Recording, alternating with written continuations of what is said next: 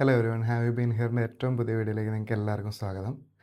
ഇത് ഞാൻ ചെയ്യുന്നത് രാത്രി 2:30-ക്കാണ്.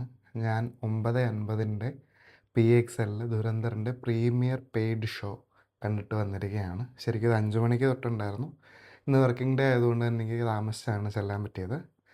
ഫുൾ പാക്ഡ് ക്രൗഡിനിടയിലിരുന്നിട്ട് 3 മണിക്കൂർ 49 മിനിറ്റുള്ളൊരു സിനിമ കണ്ടിട്ട് ലെവലേശം ലാഗില്ലാതെ ഞാൻ പുറത്തു വന്നിരിക്കുകയാണ്. ധുരന്ധർ എന്ന് പറയുന്ന ഫസ്റ്റ് പാർട്ടിന് ശേഷം അതിൻ്റെ second part, first part release ചെയ്തപ്പോൾ തന്നെ അനൗൺസ് ചെയ്തിട്ടുണ്ടായിരുന്നു. മാർച്ച് 19-നാണ് ശരിക്കും റിലീസ്. മാർച്ച് 18-ന് അതിൻ്റെ പ്രീമിയർ പെയ്ഡ് ഷോസാണ്. അത് ഓൾ അക്രോസ് ഇന്ത്യ റിലീസാവുന്നുണ്ട്. ഞാൻ പോയി കണ്ടത് PXL-ലാണ്.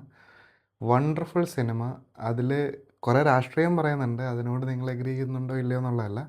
പക്ഷേ ഇതിനു വേണ്ടി ചെയ്തേക്കുന്ന റിസർച്ച്, അതായത് എല്ലാ കാര്യങ്ങളും കണക്റ്റഡായിട്ട് എല്ലാം നമ്മളെ സാറ്റിസ്ഫൈ ചെയ്യുന്ന രീതിയിൽ തന്നെ, കൺവിൻസ് ചെയ്യുന്ന രീതിയിൽ തന്നെ എൻ്റെ സ്ക്രിപ്റ്റ് മേക്ക് ചെയ്തിട്ടുണ്ട്. അത് ആദിത്യധറിന് വലിയ കൈയടി കൊടുത്തേ പറ്റുള്ളൂ. ഗംഭീര ഫിലിം മേക്കറാണ്. ഉറി എന്ന് പറയുന്ന സിനിമയ്ക്ക് ശേഷം ധുരന്ധറായിട്ടാണ് വന്നത്.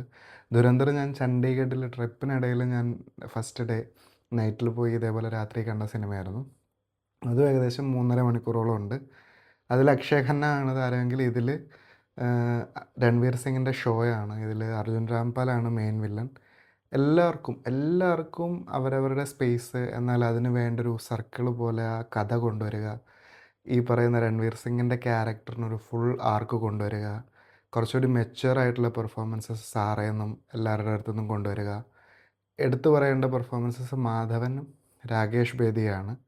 രണ്ടുപേരും ഏറ്റവും കൂടുതൽ കയ്യടികൾ നേടുന്ന രീതിയിൽ അത് ചെയ്തു വെച്ചിട്ടുണ്ട്. അതേപോലെ തന്നെ അതിൻ്റെ സെറ്റ് വർക്ക്, VFX വർക്ക് ഒന്നും പറയാനില്ല. നമ്മൾ പാകിസ്ഥാനിലാണ് ഈ കഥ നടക്കുന്നതെന്ന് നമ്മൾ വിശ്വസിക്കും. അങ്ങനെയാണ് ഈ സിനിമ എടുത്തു വെച്ചിരിക്കുന്നത്. അവസാനമൊക്കെ ആകുമ്പോഴത്തേക്ക് ഒരു കൊട്ടിക്കലാശമുണ്ട്. ഫസ്റ്റിനോട് ഉപമിക്കുമ്പം എനിക്ക് ഫസ്റ്റാണ് പേഴ്സണലി കൂടുതൽ ഇഷ്ടപ്പെട്ടത്, കൂടുതൽ എൻഗേജിങ് ആയിട്ട് തോന്നിയത്. പക്ഷേ ആ കഥ ആ ഒരു ആ ഒരു കൺവിൻസിങ് സ്റ്റേജിലേക്ക് കൊണ്ടുവരുന്നത് സെക്കൻഡിലാണ്. പിന്നെ ഇതിനകത്ത് നോട്ട് നിരോധനവും അതേപോലെ കുറേ രാഷ്ട്രീയ കളികളൊക്കെ കൂടുതൽ പറയുന്നുണ്ട്. അതിപ്പം നമ്മൾ എല്ലാ സിനിമയായിട്ട് കണ്ടാൽ മതി എന്നാണ് എൻ്റെ പേഴ്സ്പെക്റ്റീവ്. പിന്നെ UPയിലുള്ള കുറേ ഗ്യാങ്ങുകളെ പറ്റിയൊക്കെ ഇതിനകത്ത് പറയുന്നുണ്ട്. അത് ശരിക്കും ഒരു റിസർച്ച് ചെയ്തിട്ട്, ഈവൻ ഇതൊരു ഫിക്ഷൻ ആണെങ്കിൽ പോലും ഇങ്ങനെ അതിനെ റൗണ്ട് അപ്പ് ചെയ്ത് കൊണ്ടുവരിക എന്നുള്ളത് വലിയ കയ്യടി നേടേണ്ട കാര്യമാണ്. പിന്നെ ഇതിൽ എടുത്തു പറയുന്നൊരു കാര്യമുണ്ട്. പാകിസ്ഥാനിലെ തീവ്രവാദികൾ ശരിക്കും പാകിസ്ഥാനാണ് കൂടുതൽ ദോഷം ചെയ്യുന്നതെന്ന് രൺവീർ സിങ്ങിൻ്റെ ക്യാരക്ടർ പറയുന്നുണ്ട്. അതിനോട് ഞാൻ എഗ്രി ചെയ്യുന്നു.